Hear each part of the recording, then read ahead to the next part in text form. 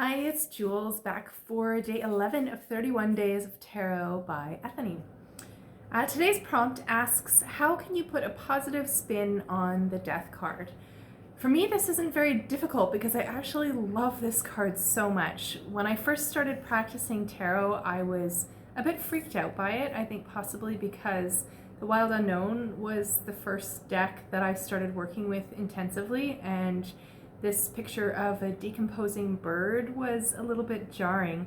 I also think that in mainstream kind of North American culture, we're not really invited to embrace the concept of death. In fact, aging and dying is something to be feared and avoided. So I know I personally tried not to focus on it for a lot of years. But a few years ago, I got this app called We Croak for my phone, and it would send me daily reminders of my own mortality at random points during the day. I think there was like 4 notifications, and it was based on the Bhutanese philosophy that he who faces up to his own mortality is happiest.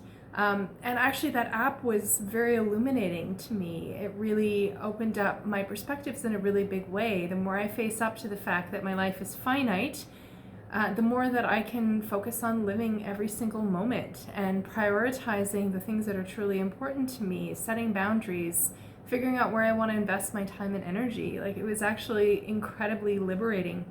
And the more I explore the concept of death, like, yes, there is this idea of decomposition and falling away, and that's actually a very healing process. Oftentimes when the death card comes up for me, it's because there's something that I need to release and let go of, whether it's an long-standing pattern or approach to things, or just something in my life that has passed its expiration date.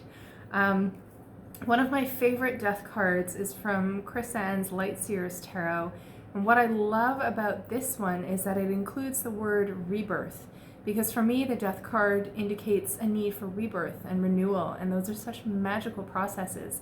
And I love that behind this hooded figure, there's this view of a star and a beautiful night sky above the tree line. Forests have always been a source of solace for me. I love walking through the woods, smelling the trees. It's a very rejuvenating process for me. So I just love the imagery in this particular card, because I think that when the death card shows up for me, I don't see it as an actual death. Perhaps it is a death of something that no longer functions in healthy ways in my life, but it really is quite liberating when you release those ties that bind and come back to what is truly important to you. Because the reality of it is, as human beings, our time is finite, and I think the more we can adjust our relationship and make peace with that, the more empowered we are to make choices that support our day-to-day happiness, wellness, and growth. I mean, what would happen if you took away all of the extraneous things and focused instead on what is truly meaningful to you? I think that's a liberating process. Lots of liberating in this particular chat. I would love to know what your relationship with the death card is, and how this works for you in your practice. Thanks so much.